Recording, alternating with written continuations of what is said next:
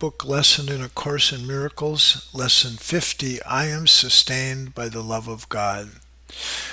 My understanding of the spiritual process in the Course and in most of the major paths is this idea that we made up an ego, some part of our minds, to replace God, and that this was impossible.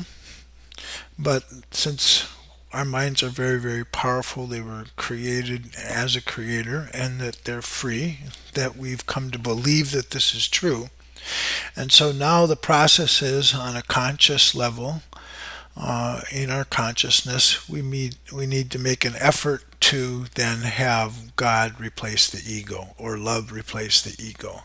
And that's the point of training the mind, is to turn around the replacement for God by the ego and replace that ego with love. And so one theme in the Course, or one key concept, is that when we did this, we couldn't entirely obliterate love from our awareness. It would be impossible to do that. That a light went with us into the separation, and it's that light that's still there and still shines and is accessible to us at any given moment. It's accessible right now. It may take a long time for us to learn that it's right now, but it's always there, and that's why we learn to practice, is to learn just that. The love that we really seek is available right now. So maybe a metaphor that would be helpful is to think of that light that went with us as like a pilot light in a furnace. It's always there, just burning, and it just waits for us to turn it on. And that another principle in spiritual life is that once that light is lit, once that love of God is awakened in our heart, that everything about us will yearn for it, and there's, it will be effortless, and love itself will do it through us. So we just need to light the light that's there, and then we're on our way. So here's this lesson begins. I am sustained by the love of God. Here's the answer to every problem that will confront you today and tomorrow and throughout time. In this world, you believe you're sustained by everything but God. Your faith is placed in the most trivial and insane symbols: pills, money, protective clothing, influence, prestige, being liked, and knowing the right people, and an endless list of forms of nothingness that you endow with magical powers. All these things are your replacements for the love of God. All these things are cherished to ensure a body identification. They are songs of praise to the ego. Do not put your faith in the worthless. It will not sustain you. It might be helpful here to remember how practical the Course is. And one of its early ideas it adopted is that the partially innocent are apt to be foolish. What that means is we're beginning to learn the truths of these things. We can sometimes foolishly use the idea. So it's important to remember also that what it said earlier in the text is that the atonement, or this answer, comes in a form that we'll be able to recognize. So, for instance, when he says money or protective clothing, it's not like we don't have money needs here or protective clothing needs or something. It's not asking you to stand out in the sun because you're really not here.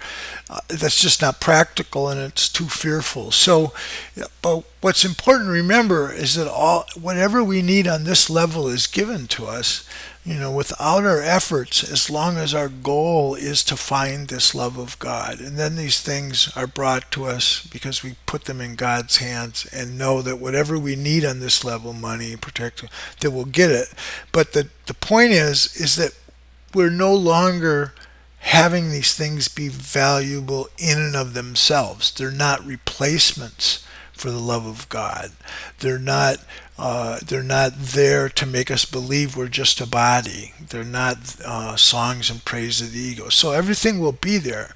But what we're trying to get at is that behind all of our needs and all of our yearnings is really this love of God. That's what we really seek. And that's really all we need to put our attention on. And the rest is just given.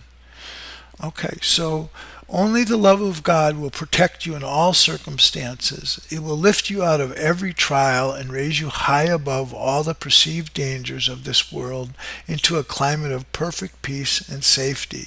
It will transport you into a state of mind that nothing can threaten, nothing can disturb, and where nothing can intrude upon the eternal calm of the Son of God. Put not your faith in illusions, they will fail you. Put all your faith in the love of God within you, eternal, changeless, and forever unfailing. This is the answer to whatever confronts you today. Through the love of God within you, you can resolve all seeming difficulties without effort and ensure confidence. Tell yourself this often today. It is a declaration of release from the belief in idols. It is your acknowledgement of the truth about yourself. So that's the frequent reminder during the day. So as often as we can, we want to understand that the answer to whatever confronts us is really the love of God, and open up to that love and have that experience, and then let things work out of themselves, knowing all of our needs are met, and one need, our only need, the love of God, is being met. Okay, so that's the frequent practice throughout the day. It's our declaration of release from belief in idols. Idols in here is an image of a self, either in someone else or yourself, that's meant to be an ego replacement of God. All right, so here's the longer practice period. For 10 minutes twice today, morning and evening, let the idea for today sink deep into your consciousness. Repeat it, think about it, let related thoughts come to help you recognize its truth, and allow peace to flow over you like a blanket of protection and surety. Let no idle and foolish thoughts enter to disturb the holy mind of the Son of God. Such is the kingdom of heaven, such is the resting place where your Father has placed you forever. So, there's a very concrete practice, and it's a summary of many of the practices that we've been doing, trying to dive deep into our minds, this place where that light of love is lit still, that's there, by repeating the idea, and we think about it. This is the higher thinking, not the analytical thinking, but the contemplative thinking, grasping that idea, holding on to it, and then letting related thoughts come. So we're in that part of the mind, so all of our other thoughts that are coming from God will find resonance with this idea. I'm sustained by the love of God. And then allow peace to flow over you like a blanket of protection and surety. So that's letting that protection in, that safety in, that's covering us like a blanket, like the arms of love surrounding us.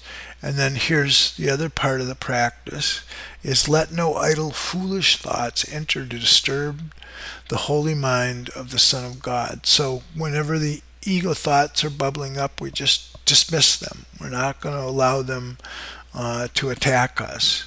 We're not going to let those insinuate themselves as they're our reality.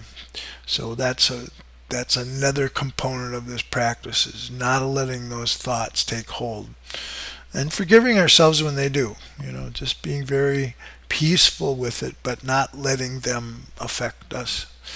Okay, well, that's a practice for today. Thank you.